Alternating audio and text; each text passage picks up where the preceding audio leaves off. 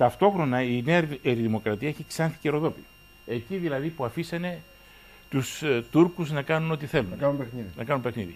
Άρα βλέπετε και από εδώ τι ακριβώς, τι συνωμοσία γίνεται εις βάρος του έθνους. Έτσι. Από τα δύο αυτά κόμματα. Λοιπόν, και δεν μιλάει κανένας για τη φράγη. Και δεν μιλάει κανένας.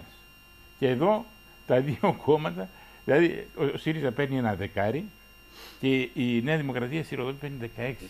Είναι το κόμμα του Σαδίκ. Ναι, του Σαδίκ, το γνωστό κόμμα. Που ανακόπηκε εκείνη η πορεία με εκείνο το τροχαίο, με τον θάνατό του. Και έχουμε μετά από τόσα χρόνια την αναβίωση. Και να πούμε στον κόσμο γιατί είναι επικίνδυνα τα πράγματα. Θα το πούμε στη συνέχεια. Να πούμε μια κουβέντα. Ναι. Διότι πλέον η κάθε περιφέρεια έχει ΑΟΣ και οι περιφέρειες ανήκουν σε ένα κράτος. Εάν λοιπόν χάσουμε μια περιφέρεια, αυτή η περιφέρεια την ακολουθεί ΑΟΣ, που δεν είχαμε ΑΟΣ πριν μερικά χρόνια.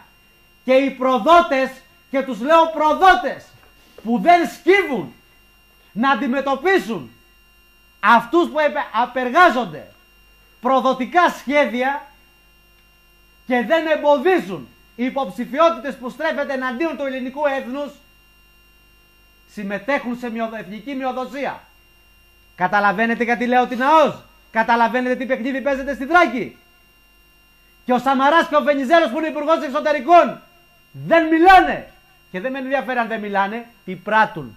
Για να σταματήσει αυτό το έγκλημα εις βάρος του ελληνισμού, τι πράττουν.